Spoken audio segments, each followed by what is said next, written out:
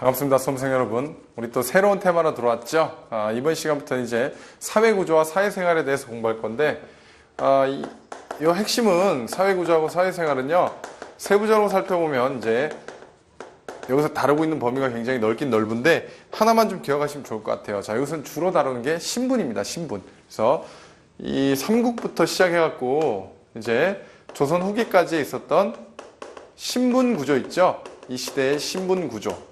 자, 요걸 이제 주로 우리가 공부한다고 생각하시면 좋을 것 같아요. 그래서 이를테면 신라의 골품제 하에서 어떤 신분 운영이라든가 이런 것들 있죠. 그 다음에 조선의 어떤 양반이라든가 고려의 어떤 신분계층, 귀족부터 시작해서 뭐 중인, 뭐 평민이 있고 천민이 있고 이런 어떤 신분 구조 있죠. 자, 여기에 이제 중점을 둔 거니까 그렇게 어려운 건 없습니다.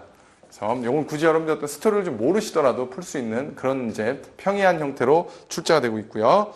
자, 1번부터 한번 볼게요. 1번부터 골품제가 나와버렸네요. 그래서 신라시대 골품제와 관등제에 대한 설명으로 올바른 것. 그래서 신라시대는 이제 골품제라는 엄격한 신분제가 있었죠. 그래서 골과 품으로 나눠 놓고요. 그래서 이 골과 그 다음에 이렇게 품으로 나누고 그 다음에 이제 관등제를 연결을 시키죠. 골품에 따라. 그래서 관등을 1에서부터 이제 2, 3, 4, 5까지 해놓고 이제 17급까지 이렇게 17등급까지 이렇게 나눠서 6두품, 5두품, 4두품 그 다음에 골은 이제 진골귀족을 얘기하겠죠. 그래서 진골은 이제 여기서부터 1에서 17등급까지 다 올라갈 수 있겠죠. 그래서 이런 형태를 취하고 그 밑에 이제 6부터 시작해갖고 이제 6두품 그 다음에 뭐 5두품, 4두품 뭐 이런 식으로 이렇게 갔단 말이에요. 그러면은요 올바른 것을 지금 물어봤죠. 한번 볼게요. 골품에 관계없이 능력에 따라 관직을 획득하였다. 틀렸죠. 그래서 여러분들 정확하게 이게 몇 등급부터 6두품이고 몇 등급부터 5두품이고 몇 등급까지 4두품 이걸 모르더라도 어쨌든 여기 위에 맨 위에 5개까지 올라갈 수 있는 건 여기는 이건 골밖에 없습니다. 다 이 밑에예요. 이제 나머지들은. 자, 자색 공복은 진골만 입는 것이 가능하였다. 그렇죠. 이게 제일 높은 게 요 5등급 요게 이제 자색이에요. 그래요. 좀 자색, 비색 이렇게 나가거든요. 청색. 자, 이런 식으로 이렇게 옷 색깔이 달았단 말이에요. 자, 황색까지 4개로 구분이 되는데 자색이 제일 높은 그런 이제 관등을 의미했단 말이에요. 육두품은 이벌찬까지 승진될 수 있었다. 이벌찬이 여러분들 제일 높은 겁니다. 말도 안 되죠. 모르더라도 이걸. 자, 그 다음에 오두품은 중시령에 임명될 수 있었다 이러는데 이 부분은 해설이 나와 있고 그 다음에 이 지금 골품과 그 다음에 관등제를 연결시키는 과정을 제가 보여드렸으니까 세부적인 어떤 관직이라든가 이런 것들은 시험 직전에 반드시 숙지를 해줘야 됩니다. 이게 어떻게 연결이 되는지. 자, 그 정도 보시고 답은 2번밖에 없어요. 그 다음에 2번 들어가 볼게요. 다음 내용과 같은 신분 계층의 형성과 관계가 없는 것. 자, 부여 초기 고구려 사만의 음락에는 경제적으로 부유한 호민과 그 아래에 하우가 있었다.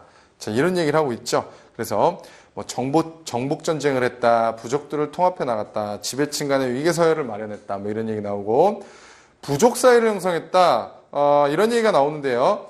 자, 이 부족 사회라는 것은 지금 이런 형태입니다, 여러분들. 이 지금 군장 국가 있죠. 군장이 이제 살았던 군장 국가. 자, 우리가 이제 신석기 시대 이런 얘기를 했어요. 부족이 형성됐다. 그러면서 이제 족장, 다시 말하면 군장이 나타나게 되고요. 군장국가. 이게 나중에 이제 중앙집권 국가로 넘어가게 되거든요. 중앙집권 국가. 이제 이게 고대 국가죠. 우리가 말하는. 자, 그래서 여기 나온 이제 군장국가, 다시 말하면 부족사회, 이제 왕이 나타나기 전에 이제 부족연맹체의 형태를 취하게 되는 뭐 이런 것과 맞물리는데요. 부족연맹체. 이를테면 부여의 오부족이라든가 아니면 고구려의 오부족 같은 이런 연맹사회. 자, 이런 것과 지금 관련해서 논의를 하고 있는데 부족사회는 이와는 좀 다른 형태죠. 그래서 해설을 좀 보시면 정복전쟁은 철제 무기를 사용하게 되면서 활발해져 정복과 복속으로 여러 부족들이 통합되는 과정에서 고대 사회에서는 지배층 사회 위계 사회를 마련되었고 그 사회는 신분제도로 발전해 나갔다. 지금은 여기서 이렇게 넘어가는 걸 말하고 있는데 갑자기 부족 사회를 얘기하고 있죠. 그래서 이건 틀린 겁니다. 자, 3번 다음 설명과 관계 깊은 국가. 그래서 형사치수제, 서옥제 이것만 딱 나와야겠죠. 그래서 고구려에는 여러분들 고구려에 풍습할 때 우리가 대표적으로 서욱제 이런 것들 대릴사위제라 그랬죠. 여자 집 안채 이제 서욱을 지어놓고 여기서 남자를 이제 사육하는 뭐 이런 형태가 되겠죠. 대릴사위제. 그 다음에 형사치수제. 형이 죽으면 이제 동생이 형수를 취하는 이런 제도가 있었다. 이런 얘기를 했죠. 이거 말고도 이제 고국천왕 때 시행한 진대법 뭐 이런 것들 나와 있네요. 실제 문제가 이렇게 나오면 굉장히 쉬운 거죠. 그래서 이거는 거의 뭐 단서를 다 준 겁니다. 그래서 지금 오부적, 제가 오부적 말했었죠. 그래서 고구려. 자, 4번. 통일신라 시대 육두품 출신에 대한 설명으로 옳지 않은 거. 육두품 여러분들 품 중에서는 가장 높은 거죠. 등란의 지위다. 그러나 중요 어떤 지방 장관이라든가 어떤 중앙의 주요 요직으로 오를 수는 없었어요. 그래서 육두품이 통일신라, 다시 말하면 신라 중대에는 이런 어떤 학식을 통해서 왕권을 보좌하는 역할을 했지만 신라 하대로 들어가면 어떤 이런 신문제에서 나타나는 이런 모순에서 굉장히 질려버린 거죠. 우리는 아무리 노력하고 열심히 왕을 보좌해줘도 관직이 오른데 한계가 있다더라. 이런 거예요. 그래서 신라 하대 들어가면 육두품이 반신라화됩니다. 반신라화되면서 지방 호족과 연결이 되죠. 호족과 연합을 하게 되면서 왕한테 개기는 거죠. 이제 정부에 대해서 저항하는 반신라화되는 이런 세력으로 바뀌게 됩니다. 그래서 학문적 식견과 실무 능력을 바탕으로 성장하였다. 국왕을 보좌하면서 정치적 진출을 활발히 하였다. 자, 국왕을 보좌하면서 정치적 진출을 활발히 했다 해서 어떤 국가 요직으로 간 건 아닙니다. 굉장히 많이 활약은 했지만 중앙관청의 우두머리나 지방의 장관까지 오를 수 없었습니다. 신분의 제약이 있었어요. 골품제 때문에. 그래서 이게 신라가 하대에 어떤 분열이 오는 근본적인 원인이 뭐냐면요. 분열이 오는 근본적인 원인은 골품제 모순이라고 보시면 됩니다. 골품제의 모순. 그래요. 자, 5번.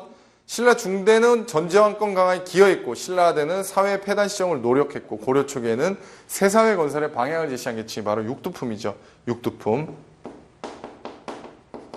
자, 우리 역사에 이런 어떤 명칭으로 존재했던 이런 세력도 있었다는 게 참 재밌죠. 자, 6번. 다음 설명이 가리키는 제도. 자, 다음 설명이 가리키는 제도. 귀족들의 국가의 중대사를 합의하였다. 그래서 귀족 합의 기구를 지금 얘기하고 있네요. 귀족 합의 기구는 삼국 이제 공부할 때 초기에 굉장히 중요한 그런 테마가 되는데요. 귀족 합의 기구로는 고구려에는 여러분들 제가회의가 있었죠. 고구려의 제가회의. 그래서 여기에 수상이 이제 대대로 해먹어라. 그래서 대대로. 자, 두 번째, 백제는 이제 정사회의가 있었죠. 자, 백제는 정사회의가 있었는데 여기에 이제 수상은 상좌평이 됐고요. 그 다음에 이제 신라에는 화백회의가 있죠. 신라에. 자, 화백회의. 자, 여기 이제 수상, 귀족 대표는 바로 상대등이 될 것이고요. 그래서 요게 화백회의만 만장일치입니다. 그래서 우선 안건이 제기됐는데 한 명이라도 이제 반대를 하면 파토가 나는 거예요. 파토. 그래서 이것만 바로 만장일치였다. 만장일치제로 운영했다. 그래서 정답이 3번의 화백회의입니다.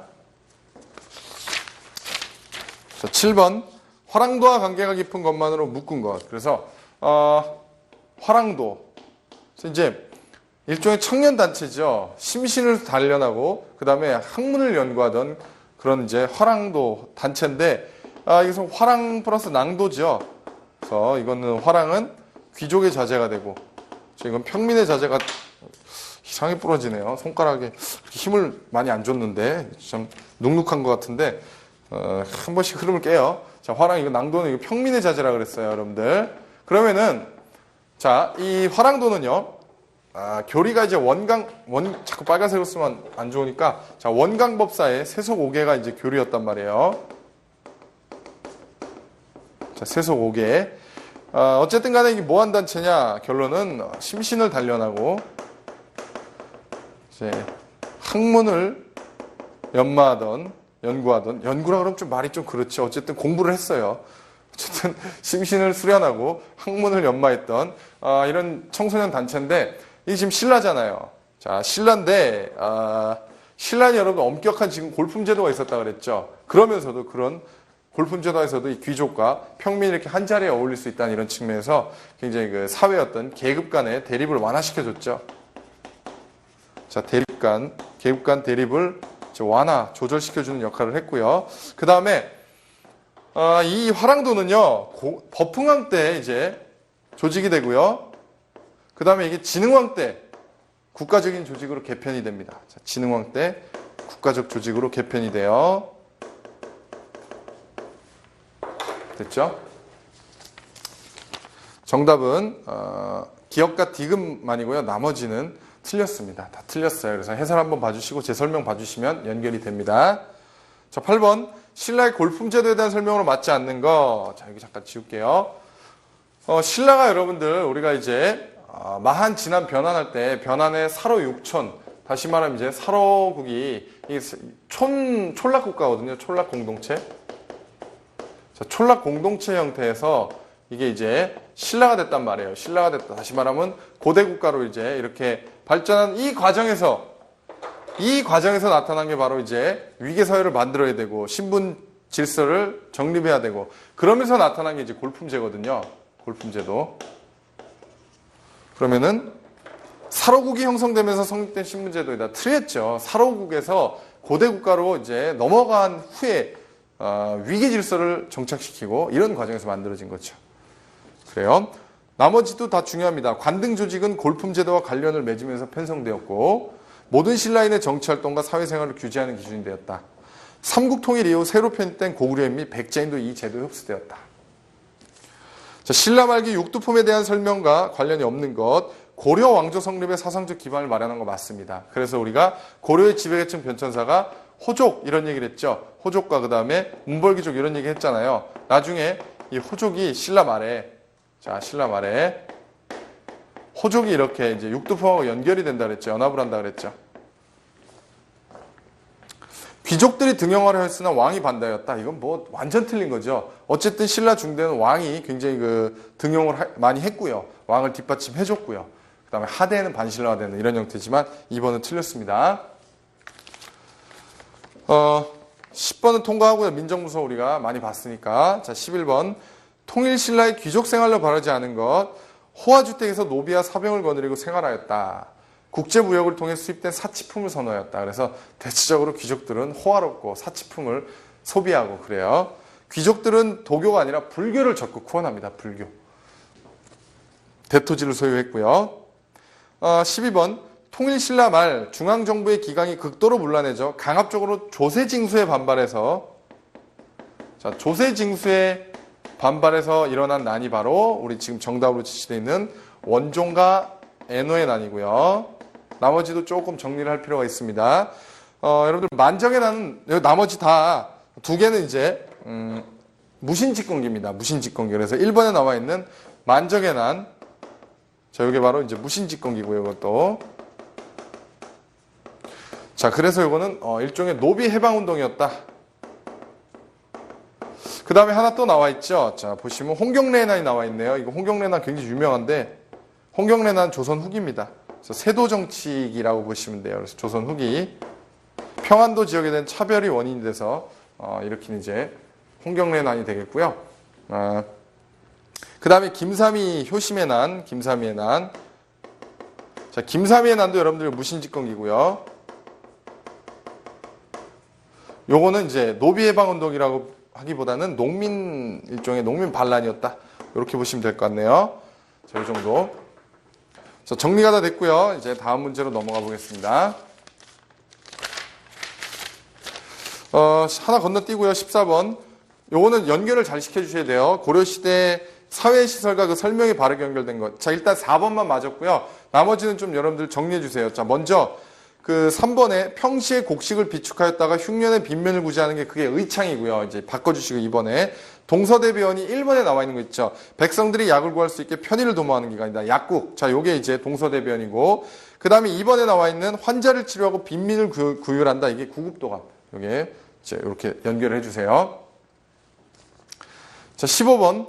고려시대 여성의 지위. 여성의 지위 굉장히 좋은 테마인데요. 자, 여성의 지위.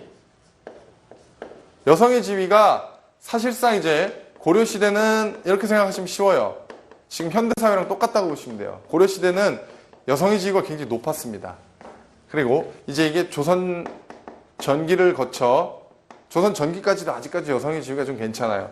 조선 후기 들어가면서 이제 완벽한 가부장적인 그런 이제 제도로 정착이 되는데, 완전히 가부장적으로 정착이 돼요. 그러니까 이를테면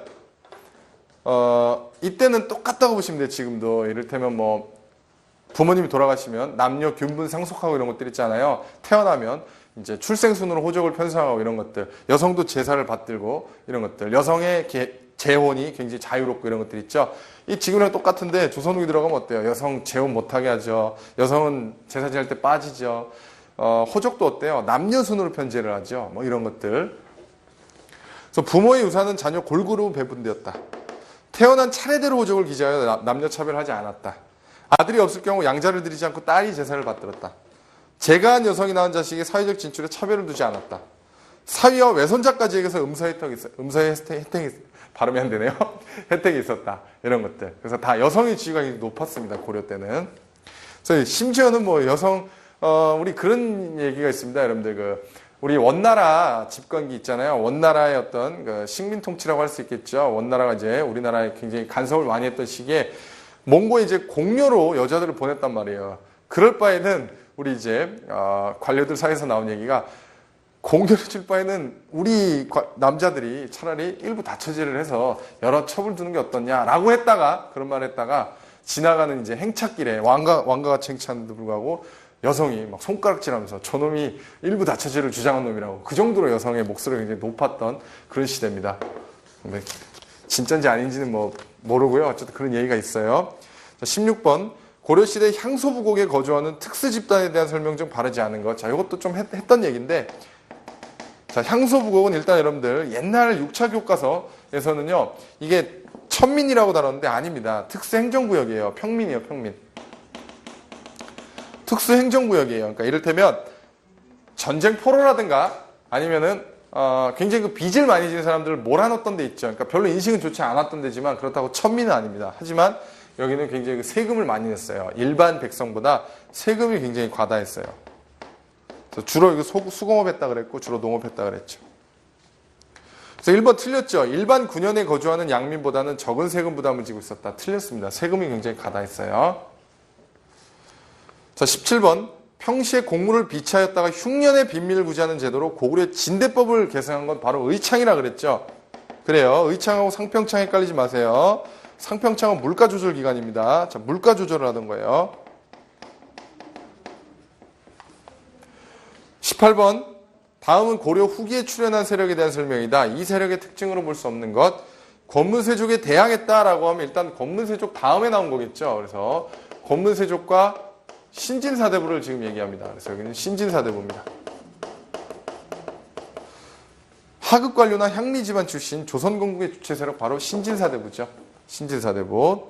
학자 출신의 관료, 성리학을 수용했고 음서 혜택을 누린 건 주로 이제 문벌귀족이라든가 이쪽에 속하겠죠. 그래서 음서 혜택과 가장 직접적인 건 바로 문벌귀족입니다. 문벌귀족 중에서도 이제 권문세족에 포함되는 그런 계층도 있고요. 무신직근기부터 등장한 거 맞습니다. 자, 넘어가 볼까요? 19번. 다음 글이 제시하는 시대의 경제 상황에 대한 설명을 옳은 것. 자, 백정. 굉장히 중요합니다. 백정. 백정이라고 불렸던 농민들이라고 그랬잖아요, 지금. 자, 여러분들 고려 백정하고 조선 백정이 달라요. 자, 백정이 지금 고려하고 조선하고 달라요. 고려 때는 농민이에요. 그러니까 평민입니다. 평민. 그래서 일종의 농민이라고 보시면 돼요. 조선 백정은 천민이에요. 천민. 이제 도산업자로 전락을 하게 되죠. 그래서 이걸 일단 반드시 기억하셔야 됩니다. 그래서 수리시설의 확충으로 수전농업이 발전하였다. 이건 뭐 상관이 없죠. 그 다음에 그래요. 지금 얘기하는 건 고려니까 여길 말하는 거예요. 그래서 수리시설의 확충, 수전농업. 자, 이것은 이제 조선 때고요. 그 다음에 관리들을 18등급으로 나눠 전지와 시를 차등 있게 주었다. 이건 전시과죠. 고려 맞죠? 정답이네요. 상품화폐 경제가 발달한 거 조선 후기. 관리들에게 노급을 지급한 거, 노급은 신라잖아요. 신라, 그죠? 통일신라. 자, 이 정도 보시고 넘어갈게요. 조금 건너뛰어서, 우리 이번 시간에 지금 여기 사회 구조 다 끝내야 되니까 여러분들 하나하나 다 풀진 못하고요. 22번으로 한번 가보겠습니다. 원간섭기의 고려사회에 대한 설명으로 틀린 것. 그래서 요 시기잖아요, 여러분들. 원간섭기면 이제 이 문벌귀족에서 권문세족으로 넘어오는 요 시기. 그죠? 그 다음에, 문벌귀족이 아니라 무신에서, 그죠? 자, 문벌귀족에서 이제 무신에서 요 시기로 넘어오는, 여기죠. 그래서 이때 이 몽고의 침략을 받게 되고, 몽고의 간섭을 받게 되죠. 자, 몽고의 침략을 받게 되고, 자, 원간섭기에 들어가죠. 원간섭기에 얘들한테 빌부터 갖고 성장한 애들이 바로 권문세족이라고 그랬죠. 이후에 이제 신진사대부. 친원 세력이 신진사대부로 성장하는 경우가 적지 않았다. 아니죠. 친원 세력 권문세족으로 성장했죠. 신진사대부는 지금 대립된 세력이에요. 틀렸네요. 고려사회는 몽고풍이 유행했고 이 시기에 몽고로 흘러들어간 사람들을 통해 고려풍습이 또 몽고에 전해졌다. 이걸 고려양이라고 그러죠. 자, 원의 공료 요구는 고려에 심각한 사회 문제를 가져왔다. 공료, 방금 설명드린 거. 자, 넘어가 볼까요? 하나 건너뛰고 24번 들어갑니다. 조선시대 신분지에 대한 설명으로 옳은 것. 조선시대입니다. 백정, 창기, 그러니까 일종의 기생이죠. 광대, 무당 등은 노비와 함께 천민으로 천대받았다. 맞는 얘기. 정답. 서얼은 첩의 소생이라고 그랬죠. 서얼은 여러분들. 첩의 자식이라고 그랬죠. 첩의 소생이라고 좀 이렇게 양반틱하게 표현해보죠. 과거에 응시하는 것이 금지되었다? 아니죠. 이제 중요직으로 못 나가고 서얼은 주로 이제 기술관으로 많이 이제 나갔죠. 그래서 중인. 신량역천. 신량역천이 뭐냐면요. 신부는 양인인데, 그러니까 신부는 평민인데, 하는 일은 천민. 이게 신량역천이라고 그래요. 이들은 양인입니다, 여러분들. 천민이 아니에요. 자, 천민 아니라는 거. 하는 짓거리. 쉽게 말하면 일이 천민 같았다, 이런 거예요. 자, 사족과 이서층은 통합되어 양반으로 불렸다. 틀렸습니다. 자, 사족이 바로 정통 양반이고 이서층은 나중에 이제 중인으로 정착이 됩니다. 자, 25번은 조선전기 향촌사회 조직과 운영에 대한 설명으로 옳지 않은 것인데 정리를 하겠습니다. 그래서 사창제는 사족 중심의 향촌 질서를 유지하기 위해 실시한 자율적 규율제도다. 그래서 환곡이 여러분들 전국적으로 어떤 규율을 위한 거였다면 중앙집권적인 거였다면 사창은 이제 말 그대로 이러한 구율을 지방자치적으로 한 거죠. 이런 형태입니다. 그래서 맞는 얘기. 사족은 그들의 총회인 향회를 통해서 자신들의 결속을 다지고 지방민을 통제하였다. 그러니까 정통 양반이라고 생각하시면 될 것 같아요. 사족들. 선현의 제사와 교육을 주된 목적으로 하는 서원은 향촌살림을 결집시키는 기능거였다. 그렇죠. 서원. 굉장히 중요합니다. 서원은 이제 선현에 대한 제사를 담당하는 이런 형태를 하게 되죠. 그 다음에 양반 자제를 교육하게 되고요. 양반 자제를 교육하고 그 다음에 이제 성리학, 학문을 연구하는 이런 역할을 하죠. 그래서 사림의 어떤 기반이 바로 서원이 됩니다. 이 서원과 플러스 향약이 바로 사림의 지위를 보장해줬던 이 사림의 세력 기반이 됐다 이게. 자, 이런 것들 같이 정리해 두시면 좋겠죠. 자, 25번 그렇게 3개 정리해 두시고 나머지 하나 4번 틀린 거고요. 26번 볼게요. 조선시대 행정조직 및 운영에 대한 설명으로 틀린 것. 조선의 형법은 경국대전의 형전을 기본으로 하며 대명률을 참작하였다. 그렇죠. 경국대전. 세조 때 편찬 착수해서 성종 때 완성했죠. 통치체제가 이제 완비됐음을 이런 나타내는 그런 법전이죠. 헌법 같은 거죠. 관찰사는 민법에 관한 재량권이 있습니다. 그래서 즉 재반 소송에 대한 재판권을 가지고 있었다. 관찰사. 자, 고려에는 여러분들 안찰사라 그러고요. 조선에 이제 관찰사라 그러는데 지방 장관입니다. 지방 이제 도지사 같은 개념, 지방 장관인데 이게 굉장히 형식적인 권력을 갖고 있다면 실질적인 권력을 많이 갖고 있었어요. 관찰사들. 굉장히 높은 지위입니다. 반역자와 강상제. 그래서 강상제는 일종의 뭐 하극상 같은 그런 개념으로 보시면 될 것 같아요. 형벌의 종류에는 태장, 도유, 사회 5종이 있었다. 태형, 이제 볼기를 치는 거고, 장형, 곤장을 치는 거고요. 여기서 징역, 그 다음에 유는 유배, 사는 사약을 받들라, 사형. 참수하기도 했습니다. 목 자르고. 자, 요 정도 보시고 여러분들 잠깐 좀 아직 문제가 좀 많이 남아서 칠판 좀 정리하고 그 다음에 우리 나머지 이어가도록 하겠습니다. 잠시 후에 이어갈게요. 자, 이제 여러분들 27번부터 한번 볼게요. 자, 조선시대의 사회 정책에 대한 설명으로 옳은 것이라고 지금 돼 있죠. 그래서 사창의 진율책은 설명드린 거죠. 국가기관에서 한 게 아니라 지방자치적으로 한 거잖아요. 그래서 틀렸고 반대로 돼 있고요. 정부는 농민을 효율적으로 도와주려고 오가작 통법하고 호패법은 아까 정확하게 모르더라도 농민을 통제하는 거라 그랬잖아요. 사법기관인 사원부와 의금부는 정치적 사건을, 한성부는 수도의 일반 행정과 토지 가옥에 대한 소송을, 장애원은 노비 소송을 관장하였다. 정확하게 맞습니다. 향촌사회에는 고려의 향소부곡도 자연촌과 함께 유지됐고, 틀렸죠. 자, 고려에는요, 여러분들, 이제, 속현이 굉장히 많았죠. 속현이 다수였고, 주현이 얼마 없었고, 그 다음에, 향소부곡이 존재했다 그랬죠. 근데 이게 이제 조선에 들어가면, 속현이 소멸하고요. 다시 말하면 모든 현에 이제 지방간이 파견된다 이거예요. 향소부곡도 소멸하고, 이런 형태입니다. 그래서 맞는 건 3번밖에 없어요. 28번. 뭐는 고려시대의 사신간 제도가 고려말 조선 초에 경제소와 분화되어 성립된 것으로 향촌사회의 풍속을 바로잡기 위한 기구였다. 향촌사회의 풍속을 바로잡기 위한 향촌자치기구였다. 그런데 경제소와 분화됐다. 자, 경제소는 바로 이 향촌자치기구를 감시하기 위한 연락기관이었다. 국가에서 파견한 연락기관이었다. 자, 여기에 들어갈 건 바로 유향소죠, 여러분들. 이건 유향소. 자, 수령을 보좌하고 향리를 규찰하고 이런 것들. 29번. 조선 전기에 다음과 같은 정책을 추진하였던 인물. 자, 이건 조광조죠, 여러분들. 이거 봤던 거니까 넘어갑니다. 32번 좀 건너뛰어서, 자, 다음 같은 사실이 나타나게 된 원인으로 옳은 것. 조선 후기에는 양반 중심의 신분체제가 밑바탕에서부터 흔들리게 되어 신분 간의 상하이동도 활발해졌다. 그래서 이제 무슨 사건을 계기로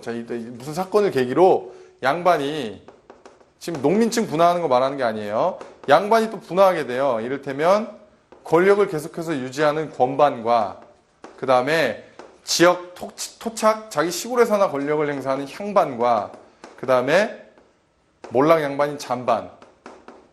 자, 이렇게 이제 분화가 되는데, 붕당 정치가 처음에는 여러분들 공론을 중시하다가 나중에는 이제 붕당 정치가 변질되면서 이를테면 이권에 개입하게 되고 어떻게 하면 군사를 확보해서 우리가 권력을 유지할 수 있을까? 그러다 보니까 이제 몰락 양반들이 생기더라 이거예요. 자, 몰락 양반이 이제 생기게 되면서 이게 이렇게 이제 분화가 되더라 이거죠. 붕당 정치가 변질되어 양반층의 자기도태 현상이 발생하였다. 정답입니다. 자, 33번 건너뛰고 34번. 다음 인물들이 속한 신분에 대한 설명으로 틀린 것. 유득공, 이동무, 박제가 다 대체적으로 어떤 실학자하고 맥락을 같이 하는데요. 실학자들은 여러분들이 양반들이 한 게 아닙니다. 중인들이라고 보시면 될 것 같아요. 아니면 양반 중에서도 몰락 양반들. 그래서 고위직으로 상류층으로 올라가지 못한 세력들이라고 보시면 될 것 같은데요. 특히 이제 어떤 우리가 공부했던 서얼들이나 아니면은 이제 이를테면 어떤 중인들 있죠. 기술관들, 중인들, 이런 어떤 계층들에 대해서 특히 이제 정조 때 허통 정책을 통해 갖고 많이 이제 상류층으로도 올라갈 수 있는 이런 계기를 만들게 되죠. 정조 때 신분 상승을 시도하여 교장과 검사관으로 등용되었다. 서얼에 대한 차별은 임진왜란 이후 완화되기 시작하였다. 기술직 중인들도 이들에게 자극되어 소총운동을 펼쳤다. 외래문화 수용에는 부정적인 경향으로 서학을 비판하였다. 아닙니다. 이들은 오히려 굉장히 개방적인 사람들이에요. 외래문물 수용에 오히려 적극적이었어요. 더 그렇습니다. 35번. 임진왜란 이후 신분 이동에 관한 설명으로 옳은 것. 여러분들 임진왜란이 일어난 어쨌든 전쟁이잖아요. 그래서 굉장히 국토가 황폐화된단 말이에요. 황폐화되고요. 그 다음에 굉장히 대규모의 인명피해가 나타나죠.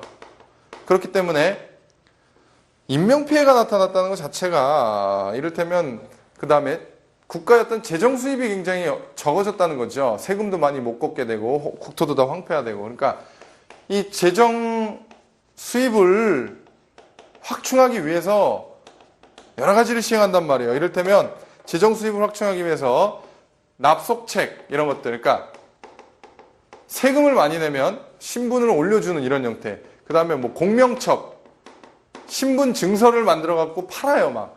그렇더니 이런 어떤 합법적인 방법으로 신분을 상승하는 계층들이 나타난가 하면 노비를 해방하기도 합니다. 이 임진왜란 이후에 노비를 해방함으로써 노비는 세금을 안 내요. 근데 이제 노비가 평민이 되면 세금을 내잖아요. 그러면서 이런 것들을 이제 재정 수입을 확충하기 위한 수단으로 이용한단 말이에요. 또 하나 굉장히 어지러운 전란의 그런 결과를 틈타서 이를테면 족보를 위조하고요. 그 다음에 이제 양반을 사칭하면서 다시 말하면 양반 수는 증가하게 되고 노비 수는 감소하게 된다 이거예요. 그래서 정답이 바로 2번이죠. 자, 37번도 같은 문제인데 족보 위조, 납속책, 밀라대 발생 이런 것들은 다 조선 양반 사회 붕괴를 나타내죠. 답이 3번입니다. 자, 38번 조선 후기 민중의 신앙생활과 거리가 먼 것. 서당이 널리 보급됐다? 글쎄요. 서당이 보급된 게 신앙과 관련이 있을까요? 물론 여러분들 서당이 보급됨으로써 조선 후기 들어가면 문화향유의 혜택이 굉장히 많이 늘어납니다. 그래서 문화생활과 관련해서 자, 문화생활의 어떤 향유 범위가 확대는 됩니다. 왜냐하면 글을 이제 알게 되니까 조선 전기 같은 경우 사대부라든가 아니면 양반들이나 이제 그림 그리고 그 다음에 시 쓰고 이랬는데 조선 후기 들어가면 굉장히 이런 어떤 서당 보급의 역할이 있긴 있어요. 근데 이게 지금 종교 생활하고는 관련이 없죠. 민중의 신앙생활과는. 그래요. 그 다음에 유교적 가치 질서가 조선 후기가 들어가면서 어지러워집니다. 그것도 틀렸어요. 말세돌에 별난의 요구 등 예언 사상이 유행하였다. 정감록 같은 것들. 굿을 통하여 한을 풀고 미래에 대한 희망을 갖게 하는 개인적이고 구복적인 믿음에 빠져들었다. 현세에서 얻지 못하는 복락을 미륵신앙으로 해결하자 했다. 맞는 얘기. 조선 후기 천주교의 전파에 대한 설명으로 틀린 것. 천주교는요, 여러분들, 베이징, 그러니까 중국을 왕래하던 사신들에 의해서 처음에는 서학으로 들어와요. 서학. 서양의 학문으로. 근데 이제 이걸 연구하다 보니까 왠지 빠져들어요. 왠지 난 지금은 불우하지만 죽으면은 천국 갈 것 같고. 그래서 이게 나중에 종교가 됩니다. 이게 바로 천주교예요. 불우한 남인 실학자들에 의해서 보급이 됐는데 중국을 방문한 우리나라 사신들에 의하여 서학으로 소개된 거 맞고요. 19세기 후반 남인계 실학자는 맞는데 18세기 후반이고요. 순조 때 노론 강경파인 벽파가 집권하면서 대탄압이 가해졌다. 신앞의 모든 인간은 평등하다는 논리, 내세 신앙의 교리가 백성들에게 공감을 얻었다. 그래서 이 천주교, 이 서학과, 그 다음에 동학, 우리나라 이제 최재우가 청시하는 동학이죠. 인내천, 이런 것들 강조했죠. 다시 말하면 평등 사상을 강조했단 말이에요. 이대 교주 최시영 때 와서는 교리를 이제 체계를 다지게 되는데 용담유사라든가 가사집인 용담유사라든가 이들의 경전인 동경대전 이런 것들. 3대 교주 손병희 때부터는 이제 천도교로 계층하게 되고요. 둘의 공통점이 뭔가요? 자, 평등을 강조했기 때문에 제사의식을 거부했죠. 결과적으로 둘 다 어떤 평등을 강조했기 때문에 이게 정부 탄압의 원인이 됩니다. 우리 정부가 양반네들이 이런 거 싫어하잖아요. 우리가 어떻게 노비랑 어떻게 같이 평등해? 싫어하잖아요. 정부 탄압의 원인이 됐다. 자, 이렇게 이제 정리하고요. 여러분들 40번 한번 읽어봐 주시면 될 것 같아요. 그래서 오늘 테마도 여기서 끝났고요. 이제 조선 후기까지 남은 테마 하나만 남겨두고 있습니다. 다음 시간에 우리 새로운 또 파트에서 만나 뵙도록 할게요. 수고 많으셨어요.